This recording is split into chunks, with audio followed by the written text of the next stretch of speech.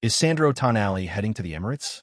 On this wild transfer deadline day, rumors exploded that Arsenal were in talks to snatch the Italian superstar from Newcastle United. But is there any truth to it? With Merino sidelined for months with a serious foot injury, Mikel Arteta is desperate for midfield cover. When Sky Sports' Florian Plettenberg claimed the Gunners were exploring a move for Tonali, the football world went into meltdown. Behold your horses, Arsenal fans. Newcastle United have moved fast to kill the noise. Top insiders Lee Ryder and Luke Edwards are reporting that the Magpies have dismissed the story as, quote, stupid and complete rubbish. Newcastle insists there's been zero contact. Despite the links, a deal looks nearly impossible.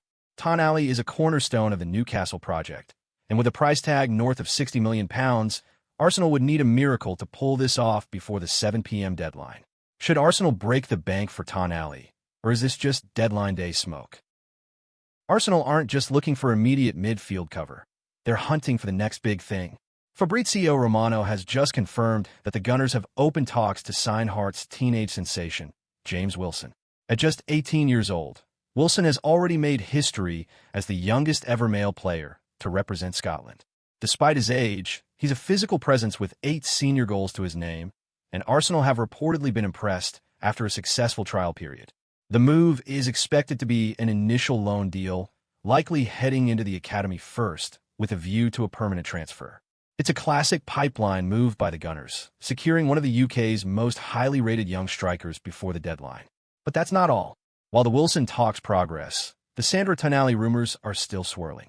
Newcastle have called the links stupid, but with Mikel Merino's injury leaving a massive hole in the midfield, Arsenal are clearly scrambling for late additions. Is James Wilson the next big star at the Emirates? And do you think they'll land a midfielder before the window shuts? Arsenal's Premier League title charge has just hit a massive roadblock. Mikel Merino is set for surgery on a bone injury in his right foot, sustained during the clash with Manchester United. The club has confirmed he'll be out for an extended period, and the race is on to get him back before the season ends. With Merino sidelined, fans immediately looked to Marseille loanee Ethan Nwaneri. The 18-year-old has been shining in League One, and his technical brilliance would be the perfect fix. But here's the kicker. Arsenal cannot recall him. Because the loan deal was only for 5 months and lacked a specific break clause, Nwaneri is locked in at Marseille for the rest of the campaign.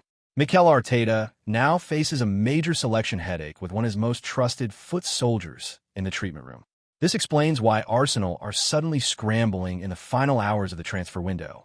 From long-shot moves for Newcastle's Sandro Tonali to looking at young prospects like James Wilson, the Gunners are desperate for cover. Can Arsenal survive the run-in without Merino and Nwaneri? Or will this injury cost them the title?